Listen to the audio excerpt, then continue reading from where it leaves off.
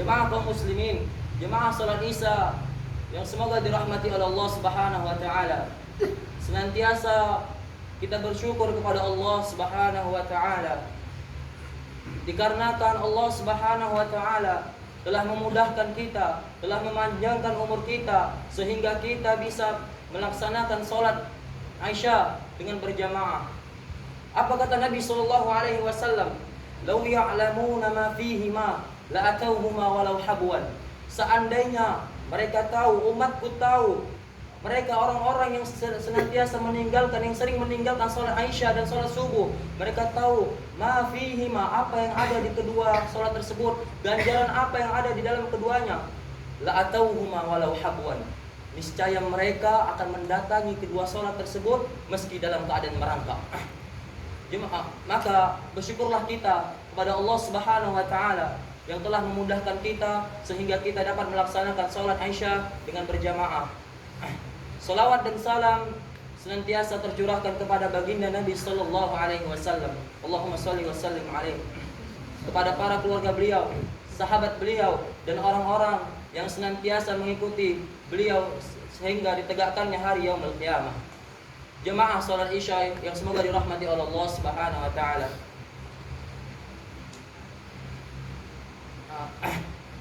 Ada orang yang dia beramal dengan amalan yang soleh. Ada orang, ketahuilah saudara-saudaraku, ada orang yang dia melakukan amalan kebaikan, amalan yang dicintai oleh Allah Subhanahu wa taala, dan dia mengetahui apa ganjaran dari amalan tersebut. Dia tahu ketika dia melakukan amalan ini, maka apa yang akan dia dapatkan dari Allah Subhanahu wa taala, kebaikan apa yang dia raih ketika dia melakukan amalan tersebut. Jikalau kita mengetahui atau kita mengamalkan suatu amalan, kemudian kita tahu apa ganjaran tersebut, maka amalan tersebut akan menjadi amalan yang memiliki derajat yang tinggi di sisi Allah Subhanahu wa taala. Dan amalan tersebut akan menjadikan amalan yang senantiasa istiqomah untuk kita jalani bersama, wahai ikhwan. Mengapa demikian? Karena salah satu yang membuat kita istiqomah dalam beramal dengan amalan yang soleh, salah satu yang membuat kita istiqomah dalam melakukan kebaikan, yaitu dengan kita mengetahui apa yang ada pada ganjaran amalan tersebut. Maka pada kesempatan kali ini, pada waktu Isya kali ini, kami ingin menyampaikan, yaitu kami ingin memotivasi diri kami pribadi dan antum semua, wahai hufadzul Quran, wahai penghafal Al-Quran, wahai antum yang setiap harinya dihiasi dengan Al-Quran Al-Karim, yang membaca kitabullah, yang mentadabburi kitabullah, yang mengamalkan kitabullah. Kami ingin memotivasi antum dengan dua hadis Nabi sallallahu alaihi wasallam, dengan hadis-hadis Nabi sallallahu alaihi wasallam, yaitu hadis yang menunjukkan tentang fadilah al-azimah, tentang keutamaan yang besar, keutamaan yang agung bagi orang-orang yang membaca Al-Quran. Apa kata Nabi sallallahu alaihi wasallam? Man qara'a harfan min kitabillah falahu bihi hasanah wal hasanatu bi asyri amsalihha. Kata Nabi sallallahu alaihi wasallam, man qara'a harfan, siapa saja yang membaca satu huruf min kitabillah, dari kitab Allah, falahu bihi hasanah, maka dia akan mendapatkan satu kebaikan. Wal hasanatu bi asyri amsalihha, dan satu kebaikan tersebut akan dilipat gandakan dengan 10 dari semisalnya. Wahai jamaah kaum muslimin, wahai ikhwani rahimakumullah, tidakkah antum termotivasi dengan hadis Nabi sallallahu alaihi wasallam ini? Nabi sallallahu alaihi wasallam memotivasi kita dengan kepada orang-orang yang membaca Al-Quran dengan kebaikan, dengan 10 kebaikan yang akan diberikan oleh Allah Subhanahu wa taala kepada kita. Coba kita bayangkan, wahai kaum muslimin, dengan satu huruf saja kita mendapatkan 10 kebaikan, maka bagaimana dengan satu ayat dari Al-Quran Al-Karim? Maka bagaimana dengan satu surah dari Al-Quran Al-Karim? Maka bagaimana dengan satu juz dari Al-Quran Al-Karim? Sungguh sangat banyak, tidak terhitung dari kebaikan-kebaikan yang Allah berikan kepada kita semua. Maka oleh karena itu, bersemangatlah kita dalam membaca Al-Quran Al-Karim. Jangan pernah bosan dalam membaca Al-Quran Al-Karim. Ketika antum ditimpa dengan kebosanan, ditimpa dengan jenuh, maka ingatlah hadis Nabi SAW ini, bahwasannya ketika saya membaca Al-Quran, maka saya akan mendapatkan 10 kebaikan dari Allah Subhanahu wa taala.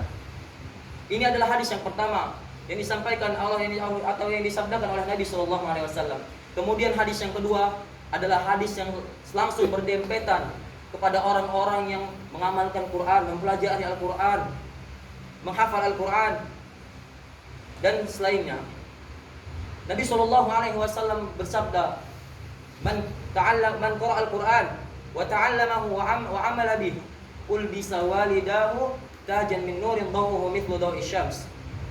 Kata Nabi Shallallahu Alaihi Wasallam, barang siapa yang membaca Al-Quran, wa ta'allamahu dan mempelajarinya, wa amala bih dan mengamalkannya, mengamalkan apa yang ada di dalam Al-Quran Al-Karim, ulbisa walidahu tajan min yaumal qiyamah tajan min nurin dawuhu mithlu dawi syams.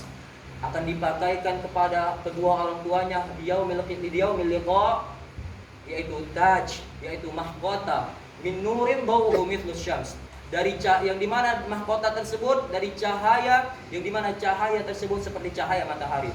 Wa yuksawalidahu hallatain. Kemudian Nabi Shallallahu Alaihi Wasallam tidak menutup hadis tersebut perkataan beliau dengan satu fadilah.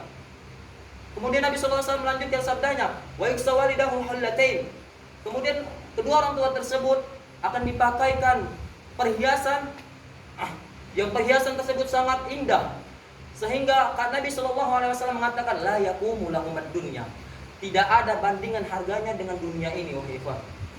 Fayaqulan, kemudian kedua orang tersebut mengatakan, bima kusina hadih, kenapa kami bisa dipakaikan seperti ini?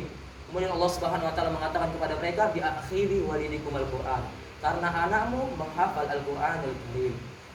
Jemaah kaum muslimin rahimani wa rahimakumullah jami'an. Tidakkah kita termotivasi dengan hadis Nabi Shallallahu Alaihi Wasallam yang agung ini, wahai ikhwan, sehingga kita menjadi orang yang tidak luput dari membaca Al-Quran, mempelajari Al-Quran, menghafal Al-Quran, mentadabburi Al-Quran. Karena sesungguhnya Al-Quran ini adalah hidayah yang Allah turunkan kepada kita, wahai ikhwan. Maka janganlah kita lalai dari membaca Al-Quran. Jangan sampai karena waktu yang sia-sia kita lalai dari membaca Al-Quran, kita lalai dari menghafal Al-Quran.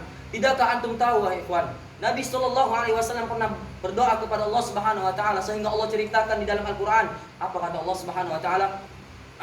Wa qala ar-rasul ya rabbi inna qaumi ittakhadhu hadzal Qur'an. Nabi Shallallahu Alaihi Wasallam mengatakan, wahai Rabbku, wahai Allah, inna qaumi ittakhadhu hadzal Qur'an, sesungguhnya kaumku, umatku, ittakhadhu hadzal Qur'an, mereka menjadikan Quran ini mahjura. Mereka menjadikan Quran ini sebagai sesuatu yang terlalaikan, teman-teman. Bagaimana mungkin kita sebagai umat Nabi Shallallahu Alaihi Wasallam bisa terlalaikan dari yang namanya petunjuk yang Allah turunkan kepada kita semua, wahai ikhwan. Minimal wahai ikhwan, dalam sehari kita ada memegang Al-Quran, kita ada membaca Al-Quran, kita ada menghafal Al-Quran. Jangan sampai kita luput dari yang namanya membaca Al-Quran. Karena sesungguhnya Al-Quran itu adalah sebagai syafaat di yaumil qiyamah nanti untuk kita, wahai kaum muslimin. Apa kata Nabi Shallallahu Alaihi Wasallam?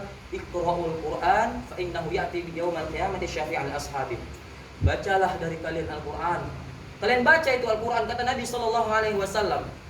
Fa innahu ya'ti yaumal qiyamati syafi'an ashabi. Karena Al-Quran itu akan datang pada hari kiamat kelak sebagai syafaat bagi antum semua, bagi kita semua kaum muslimin. Karena pada hari itu tidak ada syafaat selain syafaatnya Allah Subhanahu Wa Taala. Maka semangatlah kita dalam membaca Al-Quran, mempelajari Al-Quran, mentadabburi Al-Quran. Jangan sampai yang namanya luput dari membaca Al-Quran Al-Karim. Mungkin ini saja yang dapat kami sampaikan. Semoga bermanfaat bagi kita semua. Semoga Allah Subhanahu Wa Taala meneguhkan hati kita untuk senantiasa menghafal Al-Quran, untuk senantiasa hidup dengan cahaya Al-Quran Al-Karim. Mungkin ini saja yang bisa kami sampaikan. Semoga bermanfaat bagi kita semua. Semoga Allah Subhanahu Wa Taala mengampuni kesalahan-kesalahan kita dan dosa-dosa kita. Subhanakallahumma wa bihamdik, asyhadu an la ilaha illa anta, astaghfiruka wa atubu ilaika. Assalamualaikum warahmatullahi wabarakatuh. Waalaikumsalam warahmatullahi wabarakatuh.